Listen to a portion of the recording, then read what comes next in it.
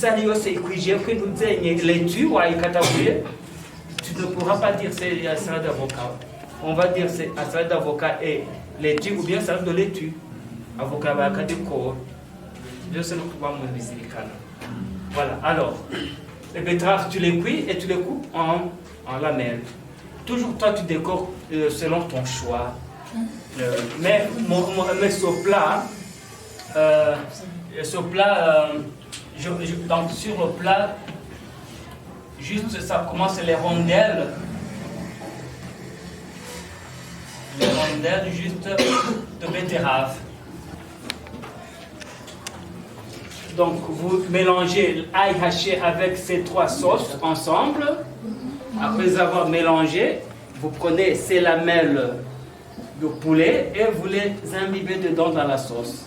Et vous mettez quelque part, au froid peut-être, au frigo c'est bien, et vous les laissez mariner durant 2 heures du temps ou 3 heures du temps.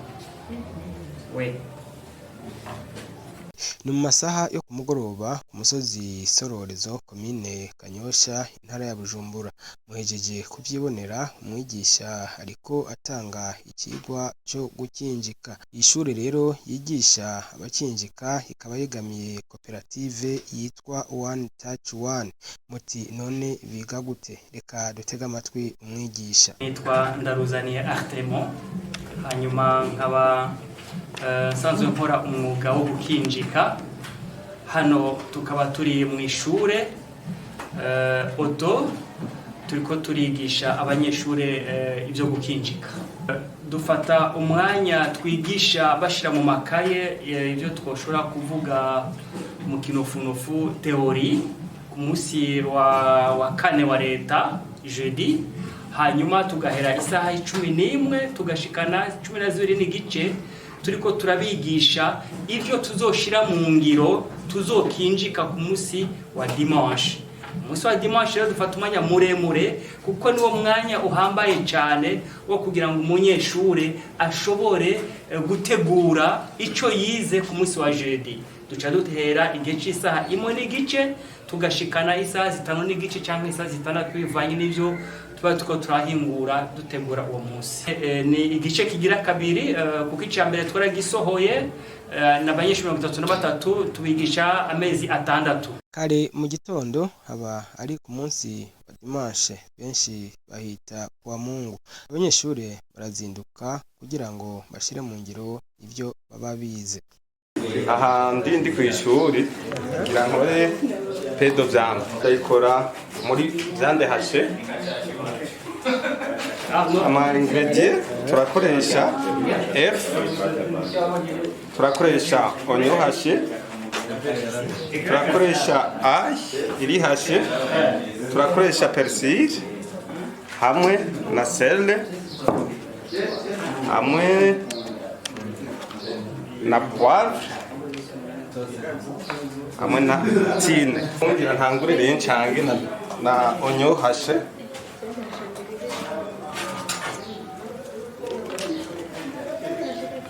Shishiramo na ail iri hashe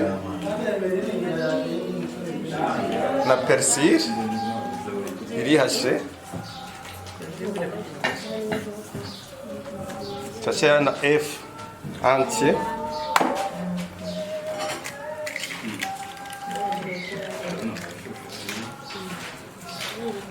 na sele Umunyu ego,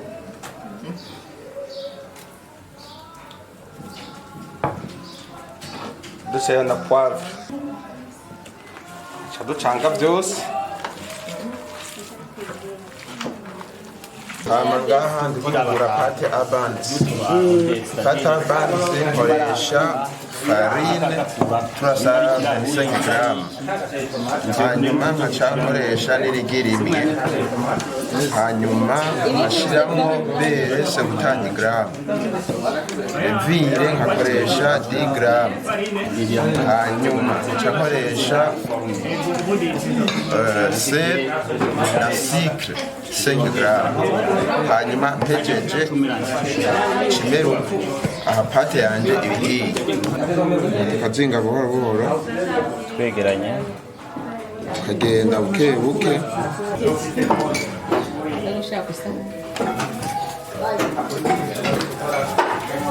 Ndakora sauce bechamel. Ni ukuvuga ko twashyizeyo 50 grama za beurre, hama mukaca dushyirayo ifarini 50 grama za farine, hanyuma nyuma yaho cyo dushyirayo turashyirayo amata buke buke. Iyo sauce waburisira kuki? Isosi jewe nza kuyishyira waze ko ngomba gukora kwa hogoti gratine.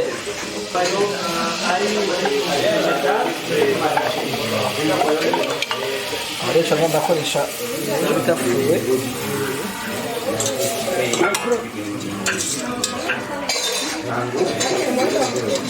Utvonge mole bifu. Ana maka. Bisako nyashirayo ya sauce bechamel. Il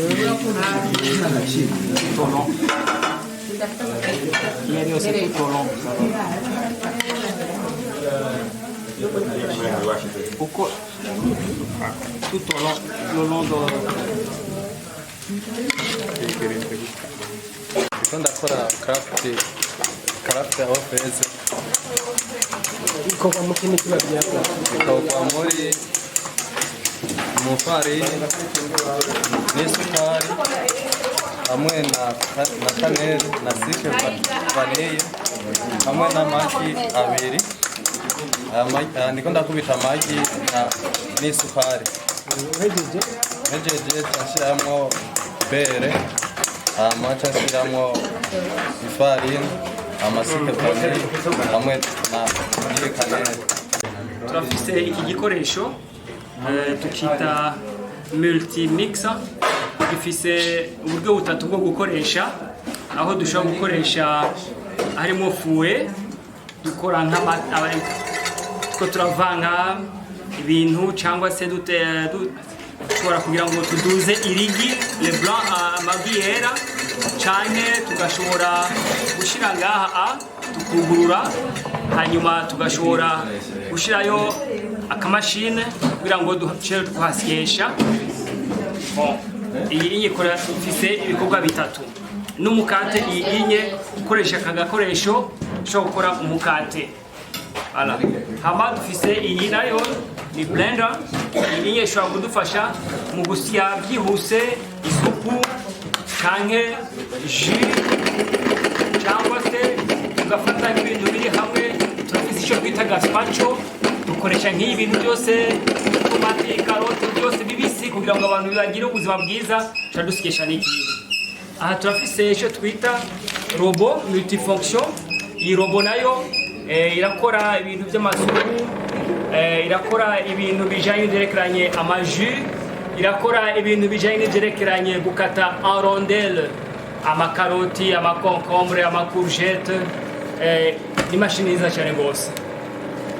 Hanyuma turafise iyi ni micro-ondes, igihe abanyeshuri baba bariko bariga ibintu twifuza gushusha vuba cyangwa se gukora ngaha vuba, nk'iyo dushaka gushongesha shokora ntitunda gushira ku mashiga, tuba dushira ngaha micro-ondes maze mu kanya ikaba imaze gushonga nka shokora. Hanyuma aka n'agakoresho la balance de la cuisine, murabona yuko kadufasha gupima kuva ku garama imwe ukaduga gushika kudushaka zose. Hanyuma aka turafise aka kantu juste ni akamule amafinzi mugabo kanele, ni silicone, ni plastique makaraje mu four. Hama turafise bon passoire à main yo tudafiyo umucanwa wagiye cyo dukoresha iyi nyeya gukoresha izi mashini. Hama turafise kuko abanyeshuri bateza kwiga ingene badekora ibintu bakita poche à douille. Ibi byose n'ibindi rero byinshi dufise ngaha anye abanyeshuri bakoresha mu kwiga kuri ishure École d'Art Culinaire One Touch One. Aujourd'hui, l'école Otto a préparé comme apéritif bouchée à la viande de bœuf, friand à la saucisse. Comme entrée, on a courgettes farcies à la viande hachée de bœuf. On a les poireaux gratinés au jambon. Comme plat principaux, on a un poulet rôti au citron, accompagné par les pommes de terre dauphine et pain de viande avec sa sauce tomate, accompagné par le riz et champignons. Comme dessert, on a préparé un clafoutis, les mini clafoutis à la mangue. Merci. Jewe nitwa Ndikumana Athanasi, akaba ari je ndongo y'abanyeshure muri ivyo guteka, ngenda baserukira imbere y'abarongozi barongoye ino shuri. Bijanye n'ishure twavyakiriye neza cane kuko twabere twaje tubikunda kandi tubishaka. Icya kabiri maze kubona nuko abo banyeshuri nabo ari igitangaza cane kuko nasanze ari abantu bakuze kandi baza bafite umwete wo gukora ibyo bateza gukora. Aha rero abanyeshuri bariko bariga bagira kabiri kuko abambere baramaze gusohoka mbere bararonse impapuro zibemeza ko bazi gukinjika. Benshi muri bo bakaba mbere baramaze no kuronka ubuzi mu maresitora hamwe n'amahoteli akomeye.